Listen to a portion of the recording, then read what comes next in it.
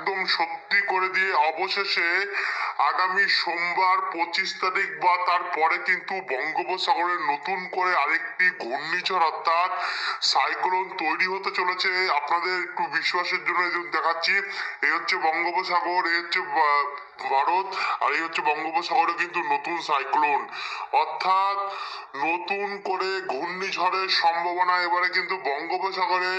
আপনাদেরকে দেখাবো এই ঘূর্ণিঝড় কোথায় গিয়ে আছড়ে পড়তে পারে, অর্থাৎ এর গন্তব্যস্থল কোথায় থাকবে এবং কত কিলোমিটার গতিবেগে ঝড়ো হাওয়া বইতে পারে, এর ফলে কোন কোন জেলায় এর প্রভাব বেশি পড়বে।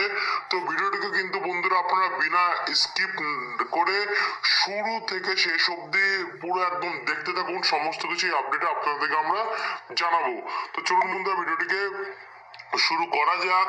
তো কবে থেকে তৈরি হচ্ছে দেখুন, আমরা দেখতে পাচ্ছি আগামী সোমবার 25 তারিখ এই মধ্য পূর্ব সংলগ্ন আমরা দেখতে পাচ্ছি বঙ্গোপসাগরে, যেখানে কিন্তু আমরা এই ঘূর্ণিঝড়টাকে দেখতে পাচ্ছি। আর শুধু এই নয়, দেখুন পরপর জোড়া এই দিকটা, তো এটা তো আমরা ধরলাম না, কারণ এটা ভারত মহাসাগরে যেহেতু রয়েছে তার জন্য এটাকে আমরা ধরলাম না, এটা এদিকে চলে গেছে। কিন্তু এইটা কিন্তু আমরা দেখতে পাচ্ছি বেশ আকার ধারণ করেছে। একবার যদি আমরা এর গতি দেখি সর্বোচ্চ ঝাপটা মোড়ে, তাহলে কিন্তু আমরা দেখতে পাচ্ছি 85-87 কিলোমিটার প্রতি ঘন্টায়।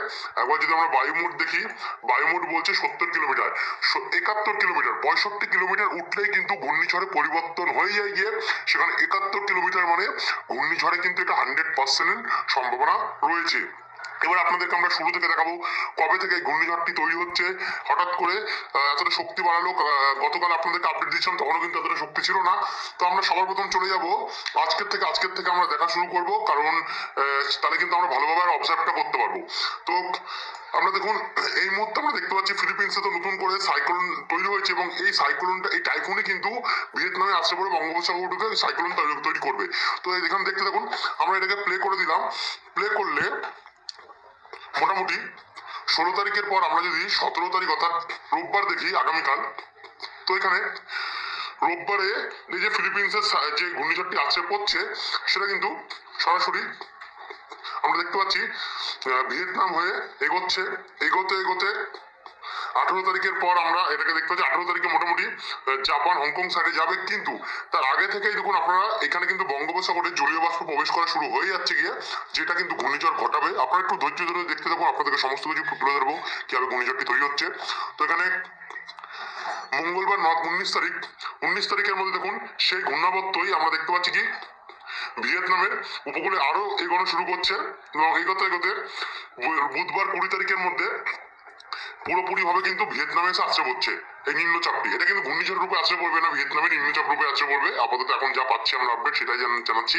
কিন্তু 21 তারিখ থেকে আমরা এর যে আরো দক্ষিণ চীন সাগর অর্থাৎ ভিয়েতনাম সাগরের যে জলীয় বাষ্প, সেটা কিন্তু বঙ্গোপসাগরে প্রচন্ড পরিমাণে প্রবেশ করা শুরু হবে।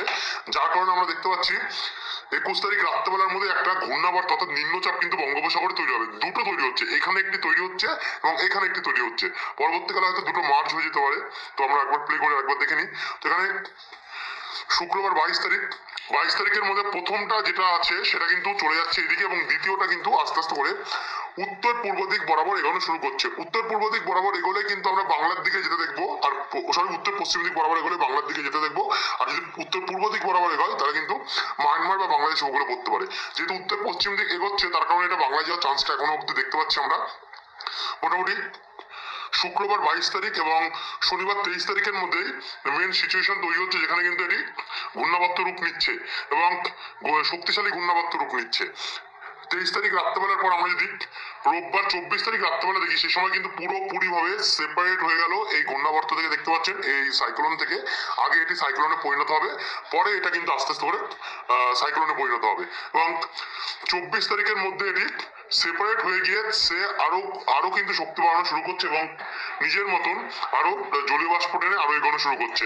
এবং 24 তারিখ রাত্রেবেলার মধ্যে আমরা এটাকে সাইক্লোনে পরিণত হতে দেখতে পাচ্ছি। এবং আপনাদের কাছে একটা কোশ্চেন, এই যে সাইক্লোন, এটার নাম কি হবে অবশ্যই কিন্তু কমেন্ট বক্সে কমেন্ট করে জানাতে ভুলবেন না। দেখি আপনারা কয়জন মনে রেখেছেন। আমরা তো জানি, আপনাদেরকে আমরা পরে আপডেট গুলোতে জানিয়ে দেবো, কিন্তু আপনারা দেখি কারা কারা এর মনে রেখেছেন কি নাম এই সাইক্লোনটির।